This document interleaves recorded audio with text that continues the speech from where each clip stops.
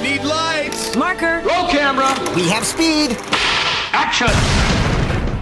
Look, Brendan, the bank has got to go by the new appraisal figures. You're upside down on your mortgage. How much do you need? I didn't come in for long, Frank. I was hoping that you would train me. Are you serious? Do it! I thought we agreed that we weren't going to raise our children in a family where their father gets beat up for a living. Brendan, you're a teacher. You got no business in the ring with those animals. Actually, I used to be one of those animals. That's Joel Edgerton as Brendan Conlon, a high school teacher who's fallen on tough times. He's losing his house payments. He's going to lose the house. So he goes back to his old roots. That's right, fighting, MMA fighting, martial arts and all that, in the ring, in the new movie, The Warrior.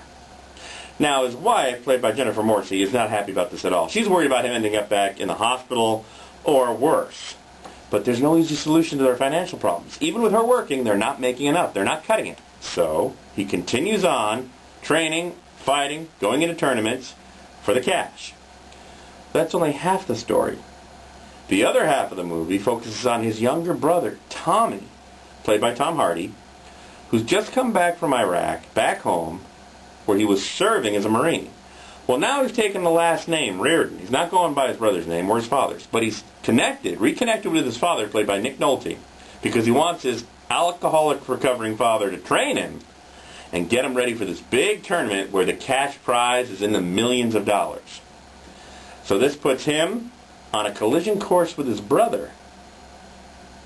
And should I mention, they haven't really spoken or gotten along in years. So the two men who are incredibly talented in this sport head for a collision course to meet in the ring, and winner will take all. I'm gonna need a trainer. Not that much you were good at. Frank, I need this. I got a family to protect. Everything I do is for them. What's going on up here? Daddy is now a princess. War hero Tommy Reardon, who has become an overnight sensation, and Brendan Conlon, the physics teacher, they pulled off a miracle. You can do this. When you say it, I can do this. Warrior is a compelling sports drama that wants to be in the same league as Rocky and last year's big hit, The Fighter. But I'm sorry to say, comes up short. Now, don't get me wrong. This is a good movie. It's just not great. But I tell you, who is great in this thing is Nick Nolte. He gives one of the best performances of his career, the best performance I've seen from him in years, as the grizzled, old, alcoholic, struggling, recovering father who really all he wants to do is reconnect with his two sons and become part of their lives again, and maybe, if he can, help them, both of them.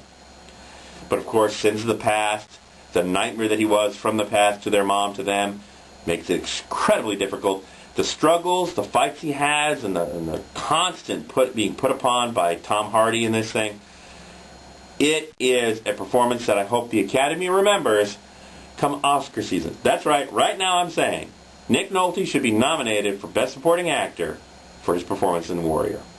Now, Tom Hardy, from Inception, he's almost unrecognizable in this thing. Boy, did he beef up, and he's lost that English accent. He sounds completely authentic as this Marine who's just come back home from Iraq, who's struggling with the demons of his past and the horrors of the war and his deep, dark secrets.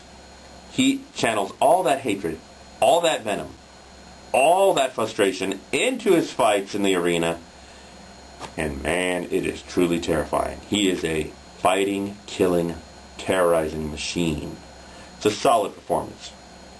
Also, Joel Edgerton, who actually really plays the main character.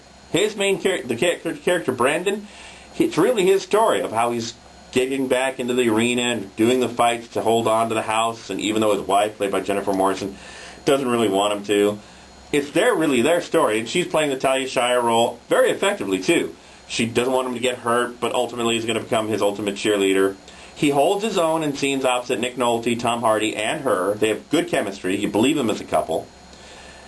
Now, the movie does have some flaws. One of the biggest flaws is in the authentic fight scenes. They're too authentic. It's too violent. It's too over the top, and it's bothersome at times. Unless you're a diehard fan of the MMA sport, which is not mainstream. It's not like even hockey or boxing.